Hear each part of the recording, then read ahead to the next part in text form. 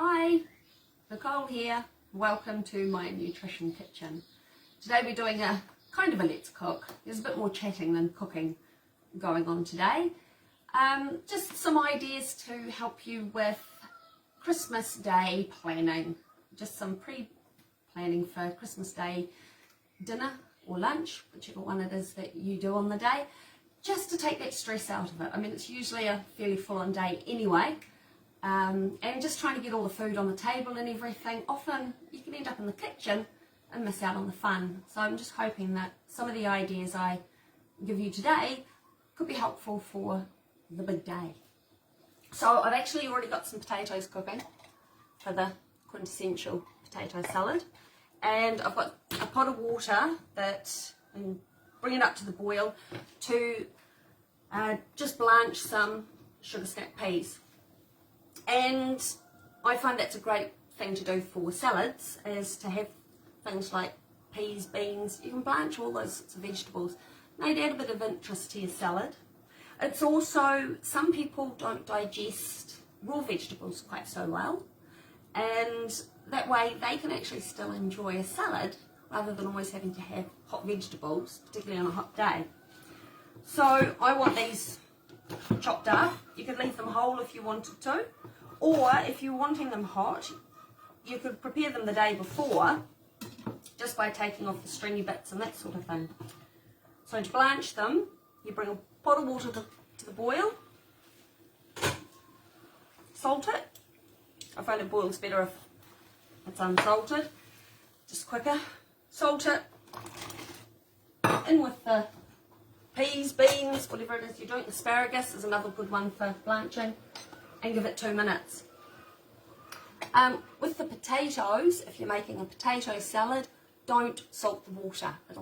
Salting the water makes them go a bit mushy quicker, and great for mashed potato, not good when you're wanting nice firm chunks for turning into a salad. And you want them just barely cooked. You don't want them a little bit longer. You don't want them crunchy. Raw potato is not very nice, but you do want still there to be a bit of bite to them. Health and safety with potato salad, mayonnaise. Keep your potato salad cold, okay? As soon as you put that mayonnaise on, you don't want to leave it sitting out for too long. Serve it up and put any leftovers in the fridge as soon as you can. And with any salads, key is not to dress them until you're about to serve them. So you could prepare a whole lot of stuff for all your ingredients for your salads, pretty much, and make up all your salad dressings a day or two before. Have everything in the fridge ready to go. Most vegetables, if they're just lightly cooked for using in a salad, they'll be fine in the fridge. I've got here some beans and courgette. So the beans I just blanched, like I'm doing with the sugar snap peas there. And the courgette, all I did was thinly slice it. It's about 4 or 5 millimeters thick.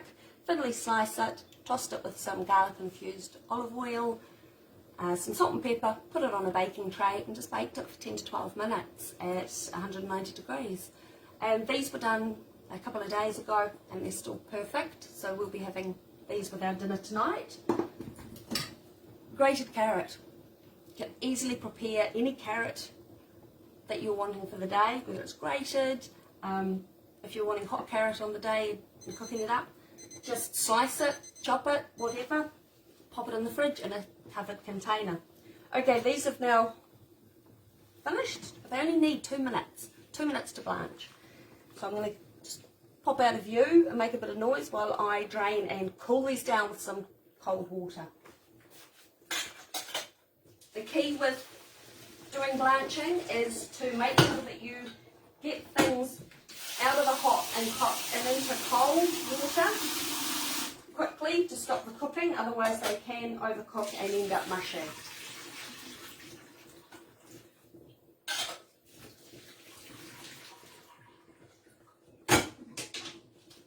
And the great thing with, there they are, great thing with blanched vegetables is they still keep their colour and they still keep a bit of crunch, which is really lovely. I love sugar snap peas.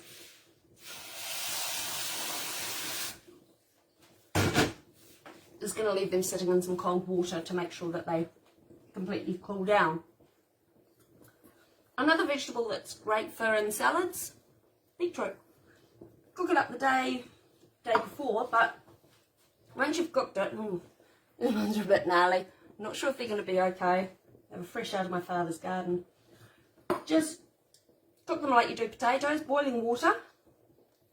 Boil them gently, and then the skin pretty much just scrapes off very easily once they're cooked, and you get rid of all those horrible gnarly bits, and then you can do anything you like with it. You can chop it up, you can slice it, you can use it in all manner of recipes, and you don't lose as much colour on everything. Your hands won't go as pink.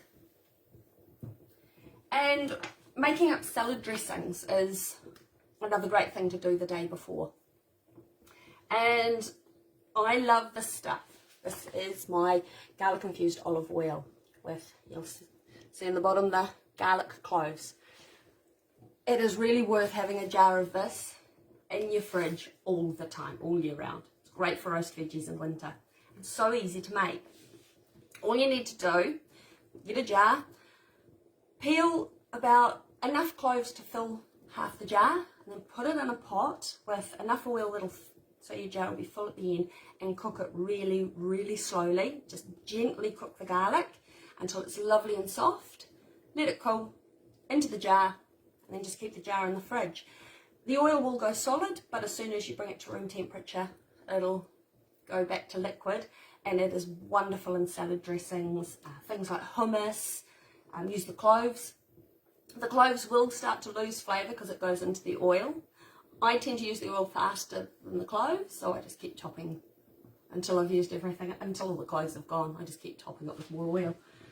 And your salad dressings, you can change the flavours of your salad dressings. Like I like an orange and balsamic base sort of vinaigrette with beetroot. Those flavours go really nicely. For something like the courgette and beans, if I was using those in a salad, or asparagus, I'd go with a lemon rather than a vinegar base. Carrots based salads and that, they go really nice with orange in a salad dressing. And of course the potatoes, if you're doing the quintessential Kiwi potato salad, or they're perfectly done, is some mayonnaise and herbs. Lots of herbs to add into your salads will add extra flavour. Again, like with dressing them with salad, do it just before you serve it. So chop up your herbs and things just before you're gonna serve your salads. And something else you can put in salads that add pop of colour and flavour are flowers. I know it seems odd rather than just using them in desserts, but nasturtiums and chive flowers are great in salads because they're savoury flavours. Nasturtiums have quite a peppery bite to them, and you can also use the leaves. And for the chives, they've got an oniony flavour, but it's soft, so it's not too harsh if you're just wanting a little bit of extra flavour and a little bit of extra colour. So I hope that's given you some ideas on different things to sort of help with making Christmas Day a bit easier by preparing a lot of these salady items, which are not your usual salad greens and things, because they're normally vegetables you'd have hot. But yeah, prepare them the day before, have them ready to go, and it'll just make your day a lot quicker and easier. Now I hope you have a very, very happy Christmas. This is my last live for the year. So yeah, best wishes for Christmas, and a very, very happy new year for 2022. I'll see you again soon. Thanks. Bye.